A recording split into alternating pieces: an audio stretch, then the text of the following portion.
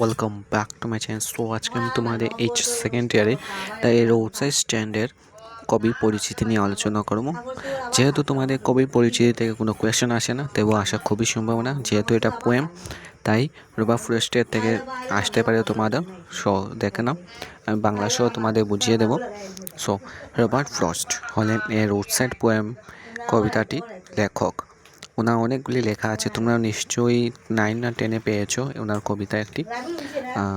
এরপর আছে তোমাদের, ওনার জন্ম হয়েছিল 1874 টু 1968-এ ডেড হয়।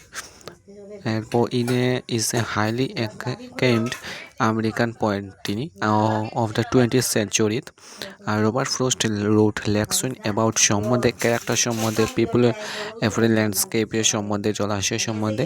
আর হিস পোয়েম, তাই না, পোয়েমসটা মানে অনেকগুলি কবিতাগুলি আর কনসার্ন সম্বন্ধে হইলো কিতা সম্বন্ধে উইথ হিউম্যান ট্র্যাজেডিসের সম্বন্ধে অ্যান্ড ফিয়ার্স ভয় সম্বন্ধে।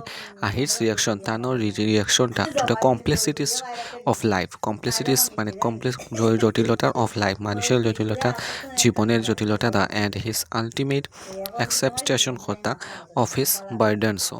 স্টপিং, এটা মনে রাখবে, stopping by the woods on a snowy evening. ওনার লেখা কতগুলি কবিতা, বিচেস, মেন্ডিং ওয়ালস আর the few of his well known poems কবিতা ওনার। এরপর ইন দ্য পোয়েম, এটা খুব মনে রাখবে, এটা তোমরা আন্ডারলাইন করে রাখবে, যেগুলো আমি আন্ডারলাইন করে রেখেছি এগুলো তোমরা আন্ডারলাইন করে রাখবে।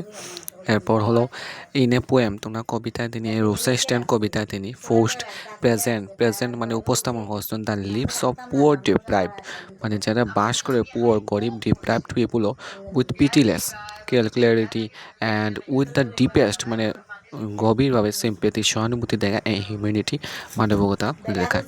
সো আবার পড়ি তোমাদের শুনে, এই রোসাই স্ট্যান্ড পোয়েমটায় খুবই মানে প্রেজেন্ট হচ্ছেন the lives of poor deprived people with pitiless clarity and with the deepest sympathy and humanity. So আজকের জন্য এটুকু, তোমাদের জন্য ভিডিও। So by.